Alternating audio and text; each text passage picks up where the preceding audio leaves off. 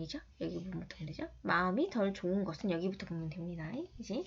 자, 마누라가 저쪽 변소 모퉁이 범나 밑에서 우두커니 서서 한눈도 안 팔고 만도만 쳐다보고 있대요. 그래서 그는 주머니 속에 성냥을 두고서 옆 사람에게 불을 빌리고자 하면서 아내랑 안 마주치려고 하는 거야. 왜냐하면 아내가 지금 그 구석에서 슬퍼하는 거를 너무 잘 아니까 그렇게 얘기했다는 거 여기서 보시면 될 것 같고요. 자, 그래서 그렇게 나와 있는 모습들 보면 되고 슬픔을 이겨내려는 모습이 나와 있습니다. 자, 한번 더 볼게요. 플랫폼으로 나가면서 뒤를 돌아보니 마누라는 밖에 서서 수건으로 코를 눌러대요. 코골이가 찡하다. 코골이가 찡하다. 이제 슬프다. 이런 뜻이죠. 그지? 관용어입니다. 관용적 표현이고요. 눈물이 날 것 같다. 이런 뜻이에요. 관용 표현이라는 거. 관용어예요. 기차예요. 기차. 오타 났어요. 꽥꽥 소리 지르면서 덜커덩 하고 움직이기 시작했을 때는 정말 덜 좋았어요. 눈앞이 뿌옇게 흐려지는 것을. 그러니까 자기도 우는 거야. 아내가 오니까. 어쩌지 못했습니다. 그러나 정거장이 까맣게 멀어지고 차장 밖으로 새로운 풍경이 휘휘 날려들자 그만 아무렇지도 않아졌어요. 오히려 기분 유쾌해졌어. 만두는 어떤 애야? 굉장히 단순하고 낙천적이고 긍정적인 아이거든. 그지? 그래서 그런 것들이 여기에 나타나 있다.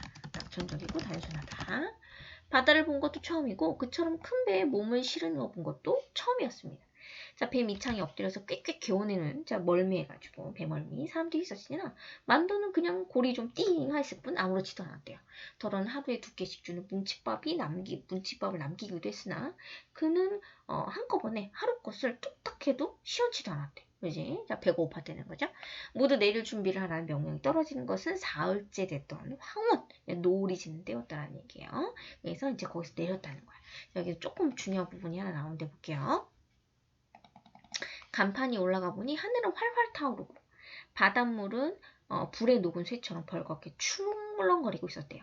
지금 막 태양이 물 위로 뚝딱 떨어지는 듯한, 그죠? 그러니까 뭐냐면 노을 지는 아름다운 노을의 풍경을 묘사한 거야. 그지?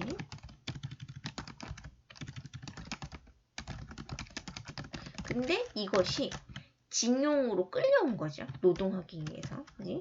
징용으로 끌려온 만도의 처지와 대비된다라는 사실을 기억해야 돼요. 여기 중요합니다. 여기. 그래서 지금 우리가 뭘 알아야 되냐는 거냐면, 그죠? 아름다운 노을의 풍경 묘사가 사실은 만도의 처지와 대비돼서 만도가 굉장히 고된 노동 환경에 처해 있거든요. 그런 것들과 대비돼서 만도의 고된 노동의 환경이 강조된다는 사실을 기억하셔야 돼요. 자, 그럼 계속해서 볼게요. 그리고 여기부터 보면 되죠. 바다 위에 주황빛으로 번쩍거리는 커다란 산이 둥둥 떠 있어요.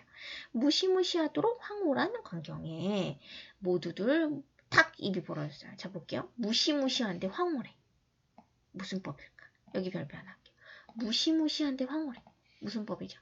무시무시하면 무서워야지. 그죠? 근데 황홀하대? 역설이네요. 역설적 표현이 나와있죠? 역설법이에요. 모두 딱 벌어진 입을 다물 줄 몰랐습니다. 만든 어깨에 마루를 뻗쩍 들러 올리면서 히야 고감을 질러냈어. 그러나 섬에서 그들을 기다리고 있는 것은 숨막히는 더위, 강제노동과 그리고 잠자리 만식이나 한 아주 큰 모기떼 그런 것들을 이제 만도가 겪어야 되는 실제 상황이었다라는 거죠. 그래서 열악한 노동 환경이 나타나 있는 거고요. 만도가 지금 했던 일, 이제 노동은 뭐였냐면 섬에다가 비행장을 닦는다, 만드는 거였다는 거예요. 머리에 물려 혹이 된 자리를 벅벅 긁으며 비 오듯 쏟아지는 땀을 무릅쓰고 아침부터 해가 떨어질 때까지 산을 허물고 흙을 나르고 한대요. 고향에서 농사일에 뼈가 굳어진 몸에도 이만저만한 고역이 아니었다. 굉장히 힘든 일이었다는 거죠. 물도 입에 맞지 않고 음식도 이내 변하곤 해서 도저히 견뎌낼 것 같지가 않았습니다. 게다가 병까지 전염병까지 돌았대요. 일하다가 뻘떡 자빠지기가 예사했습니다. 그럼 만두는 아침 저녁으로 약간씩 설사를 했을 뿐 너무 지진 않았어.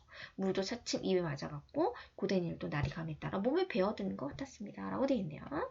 자, 서상 특징은 일단 아까 정리했던 거. 태평양의 노을 지는 모습을 어떻게 다루었죠? 이제 묘사하고 있다. 이렇게 되어 있고 이것이 열악한 노동 환경과 대비돼서 강제 노동의 어떤 모습이냐면 힘든 삶, 그지? 힘든 삶 아니면 고된 노동의 모습이 강조된다는 거. 이게 우리 민족의 순환인 거죠. 아까 역설적 표현이 뭐였어요? 무시무시한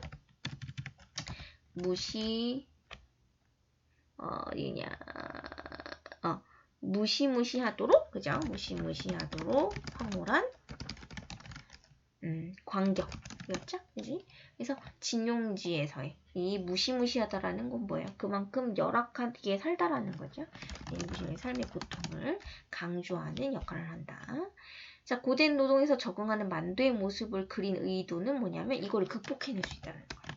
만도는 이런 시련도 극복했죠. 그러니까 아들의 문제도 극복할 수 있다는 거예요. 강한 만도의 생존력을 보여주는. 남들은 막 배에서 배멀미 한다 그러고 막 너무 힘들어서 전염병도 걸리고 했는데도 적응해 나갔단 말이에요. 그죠?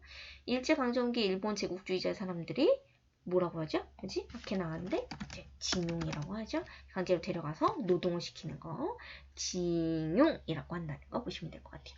여기서 제가 좀 중요했던 건 10번 소유상 특징 한번 잘 읽어보도록 할게요. 자, 본격적으로 조금 더 보도록 하겠습니다. 사람 일이란 무서운 거예요. 그처럼 험난하던 산과 틈바구니에서 비행장을 드디어 만들어냈다고 나와있네요. 비행장도 만들어냈대요. 자,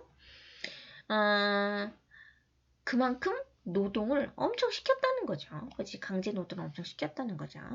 허나 일은 그것으로 끝나는 것이 아니고 오히려 더 벅찬 일이 닥쳐요. 연합군의 비행기가 날아들면서 이른 밤중까지 계속됐습니다. 산호령이 굴을 파더라 굴을 또 파야겠대요. 자, 비행기를 집어넣을 굴이었습니다. 모든 시설은 다 굴 속으로 옮겨가야 하는 거였어요. 여기저기 다이너마이트 튀는 소리가 산을 흔들어댔고 앵앵앵 하는 공습 경보가 나면 일을 하던 손을 놓고 모두가 굴바닥에 납작납작 엎드려 있어야 했습니다. 비행기가 돌아갈 때까지 그러고 있어야 됐어요.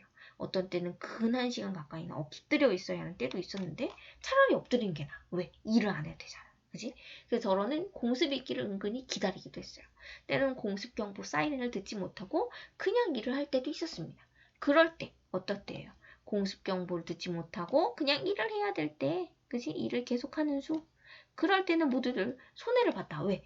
일 안 하고 엎드려 있으면 좀 쉬어도 되는데. 이제 어떻게 된 셈이지? 사이렌이 미처 불기 전에 비행기가 먼저 달려드는 수도 있었대요. 그럴 때는 정말 엄청 놀랬다는 거죠. 가장 많이 손해를 입는 것도 그런 경우였습니다. 만도가 한쪽 팔뚝을 잃어버린 것도 바로 그런 경보가 울리기 전에 비행기 공습이 닥쳤다라는 거죠. 그럴 때 팔을 잃게 됐다는 거예요. 여느 날과 다름없이 굴 속에서 바위를 허물어내고 있었는데 구멍을 뚫어서 다이너마이트를 이제 꽂고 이제 자기는 먼저 나와서 그걸 버튼을 줘서 장치를 이제 폭파시키는 거겠죠. 다이너마이트를. 장치가 다 되면 모두 바깥으로 나가고 한 사람은 남아서 불을 당겨요. 그리고 그것이 터기 전에 얼른 밖으로 뛰어나와야 됐습니다. 만도가 이번에 불을 당기는 차례였어요. 모두 바깥으로 나가버린 부분에 상령을 꺼놨어요. 자, 여기 중요합니다. 그런데 뭔가 기분이 이상해. 그지? 그리고 모기에 물린 자국이 자꾸 쑥 쑤셔. 그리고 긁지만 시원한 맛이 없어요. 그런데 불이 또 픽 꺼져. 자, 불행한 일을 암시하는 복선이에요. 뭔가 알겠죠? 불행을 암시하는 팔을 잃을 거라는 건 복선 부분이라는 게 중요합니다. 성냥 알맹이 4개째에서 겨우 심지에 불을 당겨줬어요. 심지에 불을 붙는 걸 보고자 그냥 얼른 몸을 굴 밖으로 날렸죠? 근데 막 굴 밖을 벗어나려고 하는 그때 산이 무너지는 소리와 함께 사나운 바람이 귓전을 휘갈겼어요. 후려갈겼어. 만도는 정신이 아찔해졌습니다. 공습이 온 거예요. 그죠? 자, 그러니까 어떻게 굴을 나가려고 했는데 굴을 나가면 공습이 있어. 폭탄이 떠져. 나가지도 못하죠. 그래서 산등성을 넘어 달려든 비행기가 머리 위에서 아슬아슬하게 지나가는 거였습니다. 미처 정신을 차리기도 전에 또 한 대가 뒤따라와요. 그래서 그만 넋을 잃고 다시 굴 안으로 도로 달려 들어갔어. 근데 장치를 눌렀잖아요. 그지? 그 순간에 꽝 하면서 다이너마이트가 터졌네요. 그죠? 그래서 굴 안으로 그만, 그죠? 중요한 부분에 미처 이렇게 도로 달려들었는데 그 순간에 다이너마이트가 터졌어요. 그래서 어떻게 된 거예요? 팔을 잃게 된 거죠. 그지? 결국은 만도가 팔을 잃게 된 건 뭐였던 거예요? 우리 민족의 순환이었던 거죠. 일제강점기의 징용이었다는 거죠. 그지? 자, 만도가 어렴풋이 눈을 떠보니 바로 거기에 누구일 것인지도 모르는 팔뚝. 그죠? 손가락이 시퍼렇게 굳어져서 마치 이끼 낀 나무 토막처럼 보이는 이런 게 있죠. 직유법이라도 할 수 있고요. 묘사라고도 할 수 있어요. 그 팔이 놓여져 있었다는 거예요. 그리고 으아 하고 정신을 놓았대요. 그러고 나서 절단 수술을 했다는 거죠. 이렇게 팔을 잃은 만도의 과거가 제시가 되어 있습니다. 구체적으로 정리 한번 해보면 결국 만도가 팔을 잃은 근본적인 원인은 일제강점기의 징용 때문에 그랬다는 거예요. 그럼